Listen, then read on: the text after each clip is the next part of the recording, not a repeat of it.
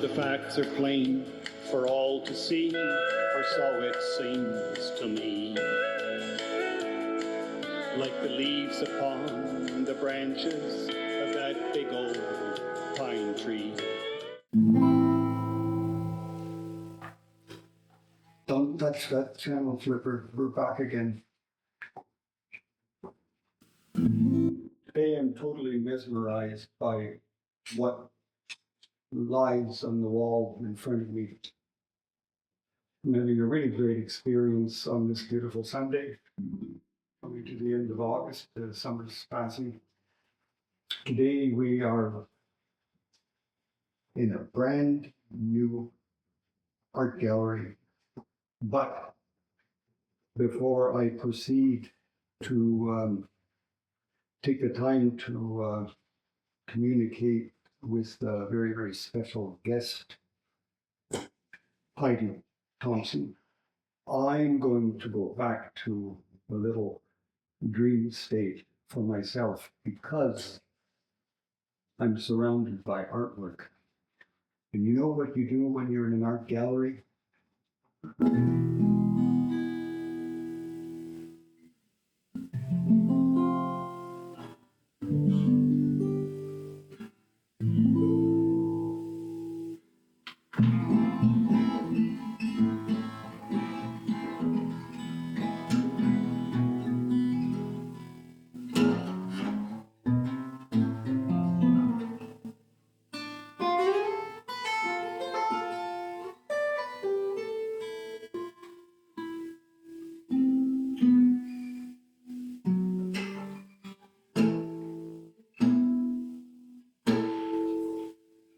Get lost a little bit in the works.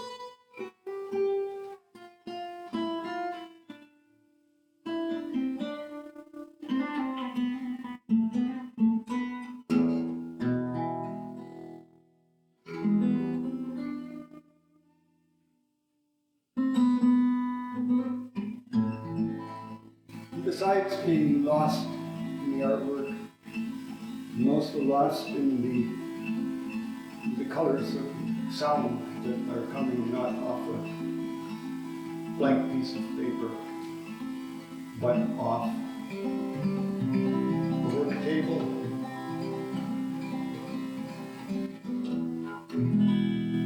And the living proof is in front of my face here.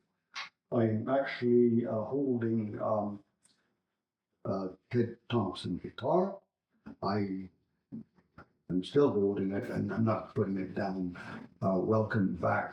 I think I already said that, but I'm going to say it again with a little bit of freight train. Pretty nice wood. Very nice touch. It's the closest that I have been to a Thompson guitar, other than Cadillac Bob's, who lets me look at his once in a while. He would have been here today, but he's not up to it 100%. This is in league with the artwork, classic things. Where were you, Sonny? You were going to play a little bit of Freight Train, weren't you?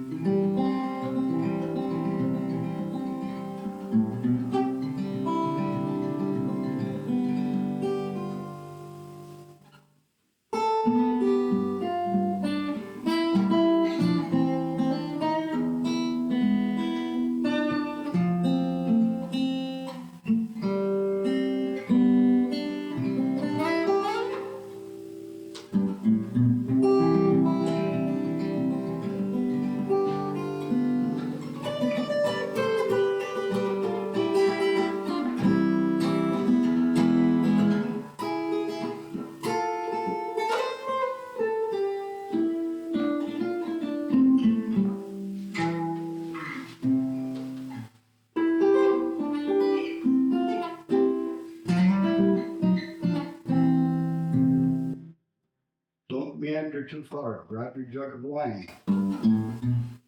Follow the wine, fruit the vine. You're gonna let me so leave me alone. Let me go home. Let me go back and start. Oh, oh. Preacher, preach, teacher, teach. I'm in the ground. Dig, dig, dig. But I write the words, trust me in God. I can my little bottle of wine with a Ted Thompson guitar in hand.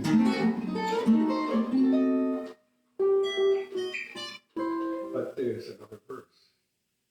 I got rocks in my head, holes in the neck, my pants are so old they shine. I write the rocks, trust in God. I can my little bottle of wine. Oh my gosh, bottles of wine, the line. Let me go back and start.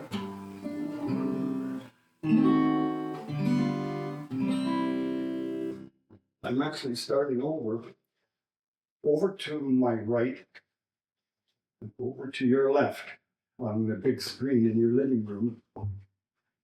I'm going to experience a meeting with the young lady, Heidi Thompson. Can I say young lady Heidi Thompson? Say young, for sure. Wow, it was only short time ago. It seems like yesterday, but you have fixed my head clock and told me that it was when that we did what? Oh, well, you're playing my husband's guitar, Thompson guitar, and it's the last guitar he made, and it's the only one I have from him. And he passed away last year, May 4th, and you're probably remembering the Celebration of Life, which was the most spectacular event I've ever seen, where everyone who had a guitar of Ted's came, and some of them played, some of them showed their guitars, and it was the most touching concert I could ever have imagined. I was there, and I know Ted was there 34, 40 times because there he was.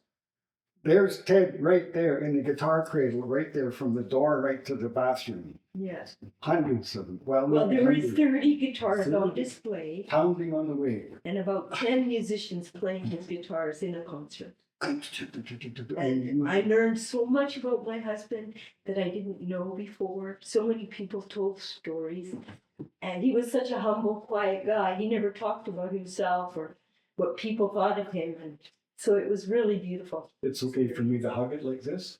Not too closely, please. No. Don't squeeze it too hard. Squeeze it too hard. It's very fragile. It was absolutely amazing, and when my lovely wife, Mile, and I came out of northern Alberta after having discovered that there is life after Ontario, we here in the year of, I think, probably 1993, at the Lavens, which next to the bean scene, that's where I first encountered you, and you were in the throes of working with Angela Pert. That's right. Oh yes, this book. Caetani book. Yeah, it's actually, I think it's quite exciting to do Manfred's guitar with Manfred, because I actually enjoy this very much, because we get to do a real circus of activity here. We all of a sudden we're flipping around from Manfred trying to figure out how to play this lovely guitar, which he's always trying to figure out how to do something and never getting it right. But we went from this guitar to Ted Thompson's Big Party. Big party, farewell party. And that was at the Coldstream Municipal Hall. That's correct. And it was the first big event that first we had. big event. Beautiful. That's a beautiful hall, I must say. There was food and a whole bunch of things that Ted decided to leave for his friends to curate, because I think he was getting tired of some of the albums that he had, and I gave them away. I brought all the albums. You did.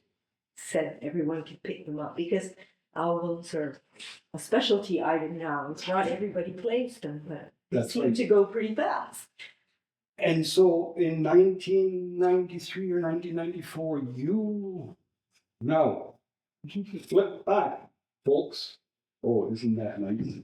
This is, if you can see this, we should have taken a break a while ago, but I'm not doing that. But do you notice the painting behind? Never mind the guitars, never mind the Caetani. Look at this, Heidi, am I right? Is this your work? This is from one of my artworks in my new gallery. And We're in, yeah. Oh, so Manfred, stay on track. We are in your new gallery. the new Heidi Thompson art gallery in the Coldstream just opened up. And it used to be my husband's shop. This was where he buffed the guitars, and over there he put them together. There's a spray booth, and there was milling machines and lathes and nothing but guitar wood. Had to clean it all out, and this is what happened. A lot of people do bump into our program, and a lot of people will be quite actually amazed by the transformation that you've undertaken to do this. And sneaking back briefly, the Caetani book, Oh, my you were actively involved in this amazing thing, and this was a local artist that This is a book about Sveva Caetani.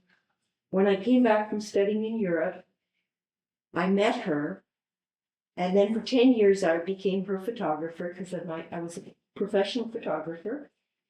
And every time she finished a painting, I would go and visit her and take a photograph of it.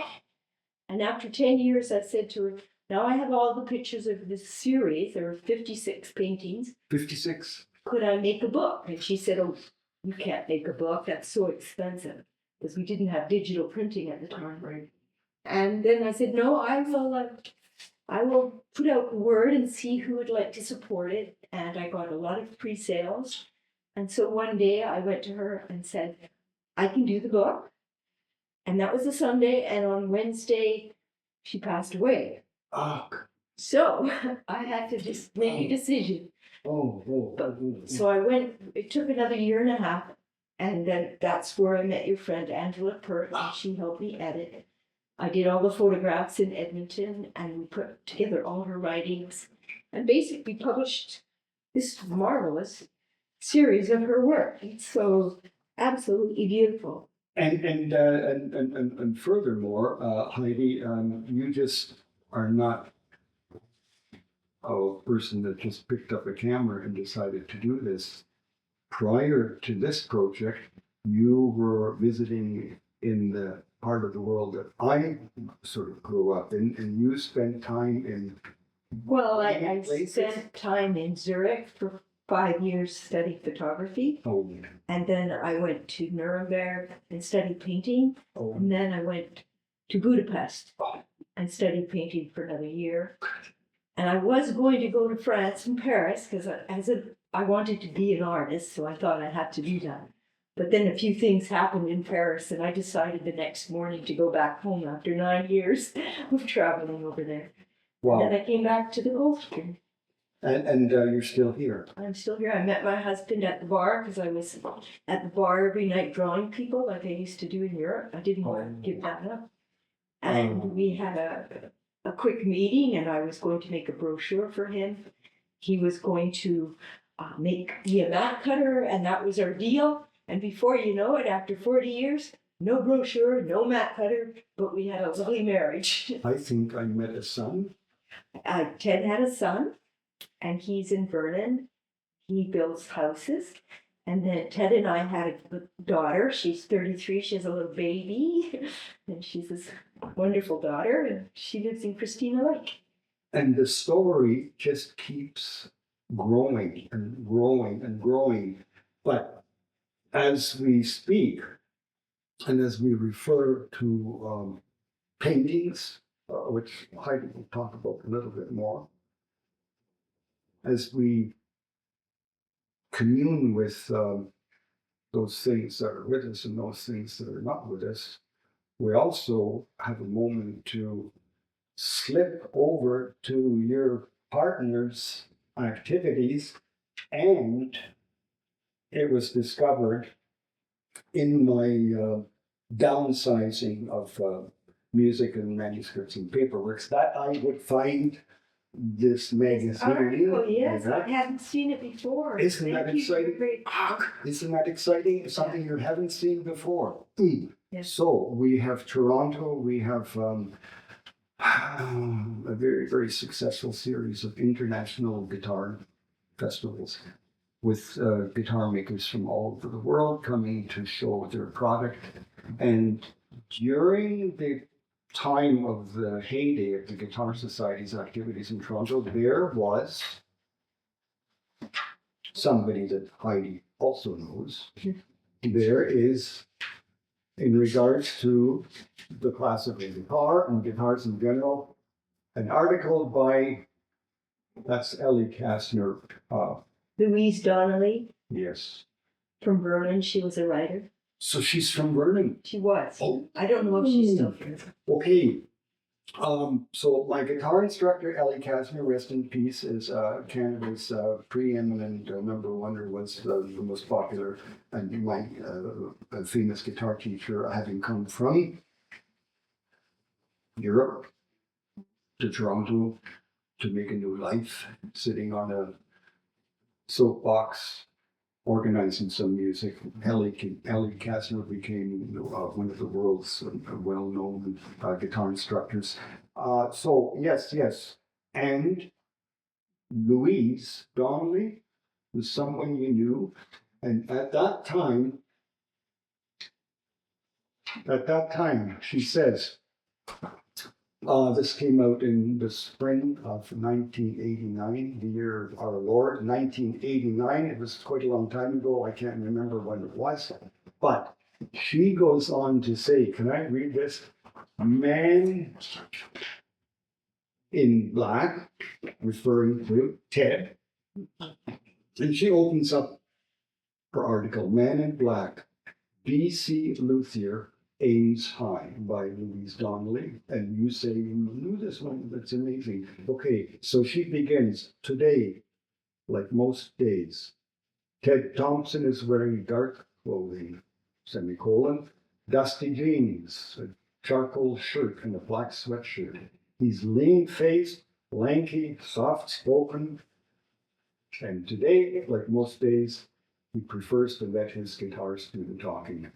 For the last decade, the 32-year-old Vernon BC luthier has made his living custom building acoustic and electric guitars.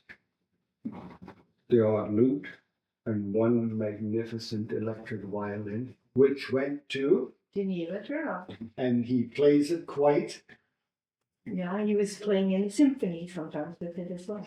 and he played it at your husband's party.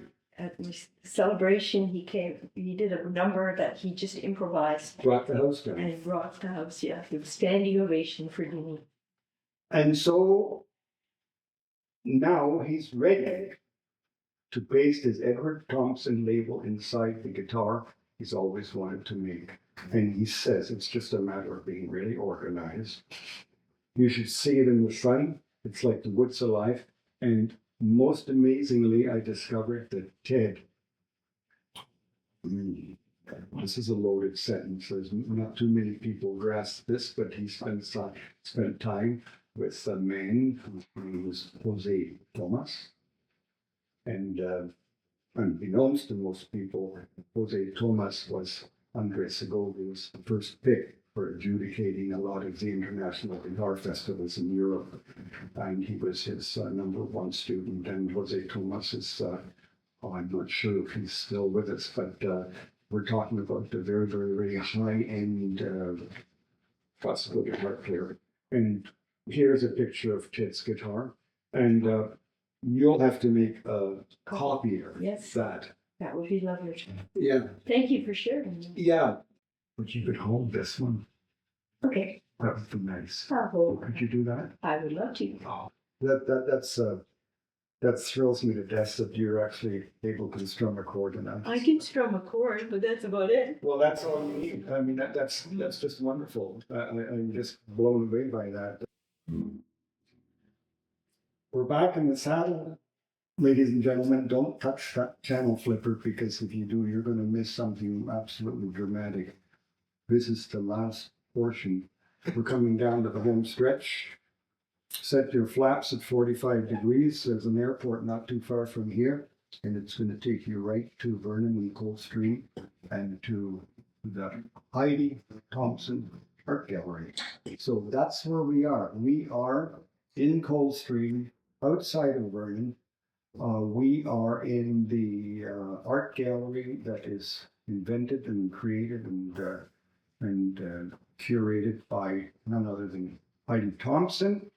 And she took the guitar away from me because it's her guitar. Why?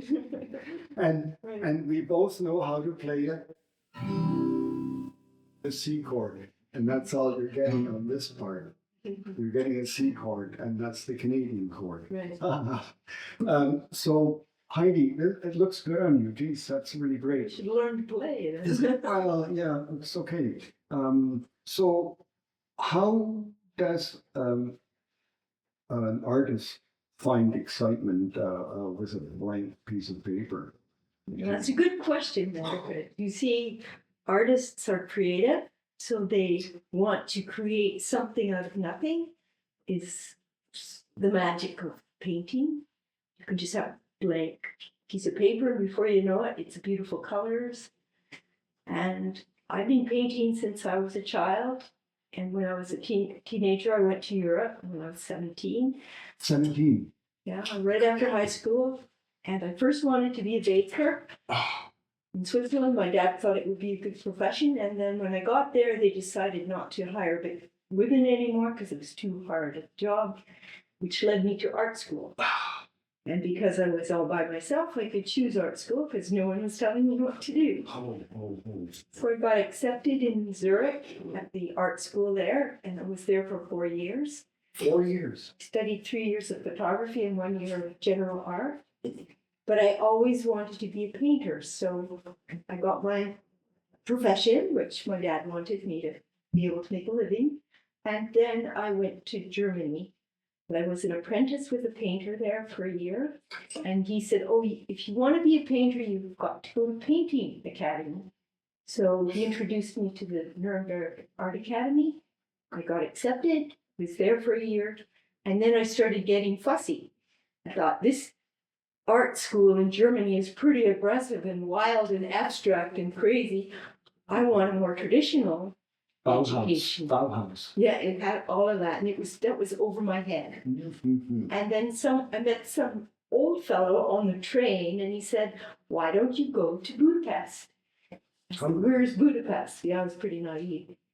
And I saw it on the map, and he said, "I'll meet you there, and I'll introduce you to the director of the academy." Just like that. Just like that. I got into a car I bought. I drove all the way to Budapest. I slept overnight in the car in Vienna, and I got woken up by the police. Oh. Ended up in Budapest. And then the guy met me there, and we went to the director.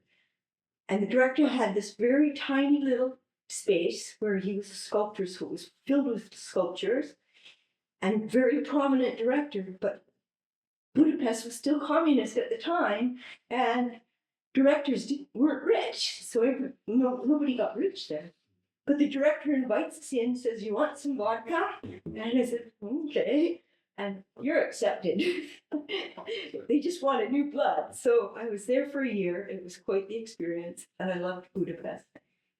And then after that, I decided to finally come home after 9 years. And before you know it, I met my wonderful husband, and we got married, had a child, and lived in the Coldstream for 40 years. So when you wake up now and decide that the temperature is right in your system to do something else, you will have put things away and come up with a new canvas, and it could be the weather, it could be the way you feel, it could be the experiences that you had with somebody just yesterday that triggered off something, right? I'll wake up in the morning after thinking about it at night.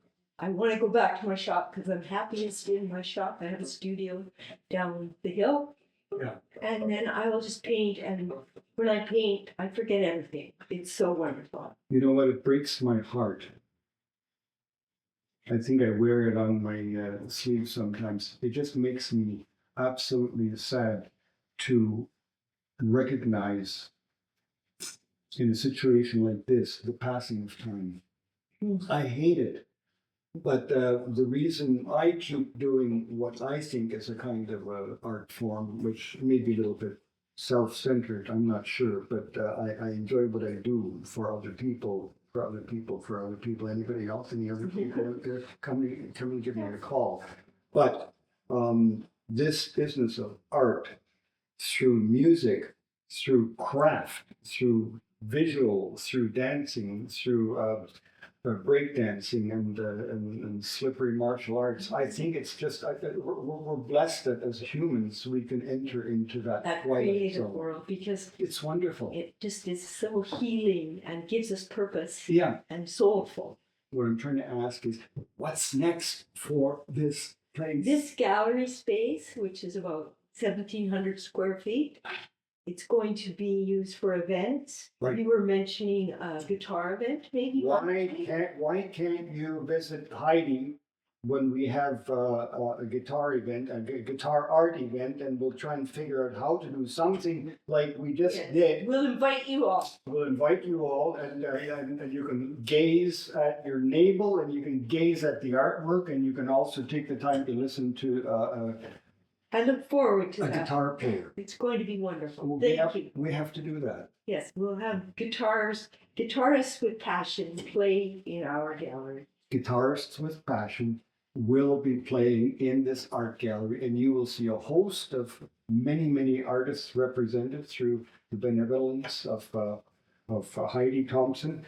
And I'm going to extend.